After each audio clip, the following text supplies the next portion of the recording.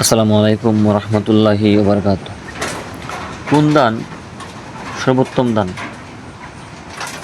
এ সম্পর্কে মুসলিম শরীফের হাদিস আছে, সুস্থ অবস্থায় 1 দিরহাম দান করলে মুমূর্ষ অর্থাৎ মৃত্যু অবস্থায় 100 দিরহাম দান করার সমতুল্য।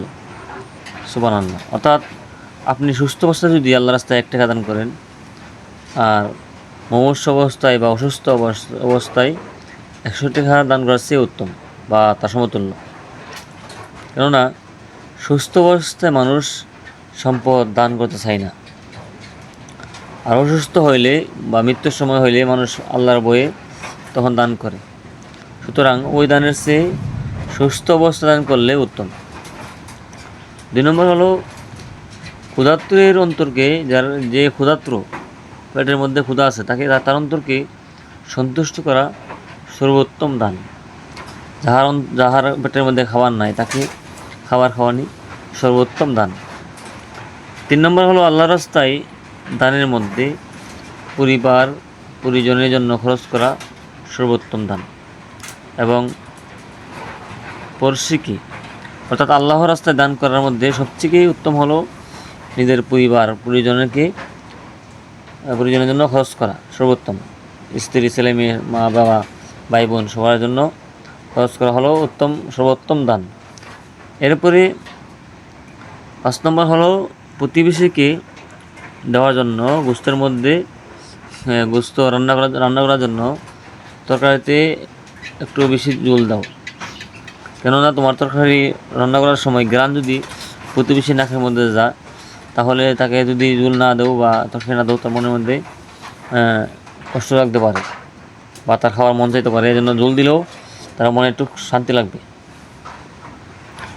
এরপরে গাছ লাগানি বা শস্য রোপণ করলে সৎকার জারিয়া। আপনি যদি কোনো গাছ লাগান, যে গাছের মধ্যে মানুষ গ্রীষ্মকালে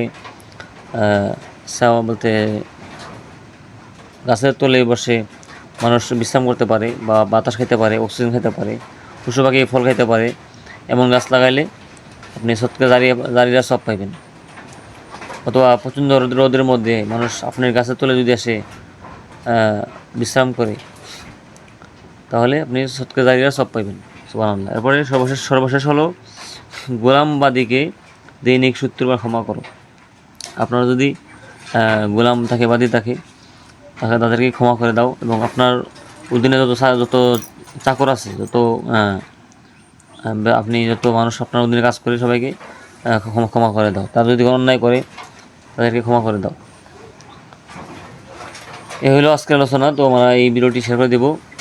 তো আমাদের আজকের এই ভিডিওতে 1 নম্বর হলো সুস্থ অবস্থায় আল্লাহ দান করো, অসুস্থ অবস্থায় দান করার সমতুল্য। যদি আপনি সুস্থ অবস্থায় 1 টাকা দান করেন, অসুস্থ অবস্থায় 100 টাকার সমতুল্য।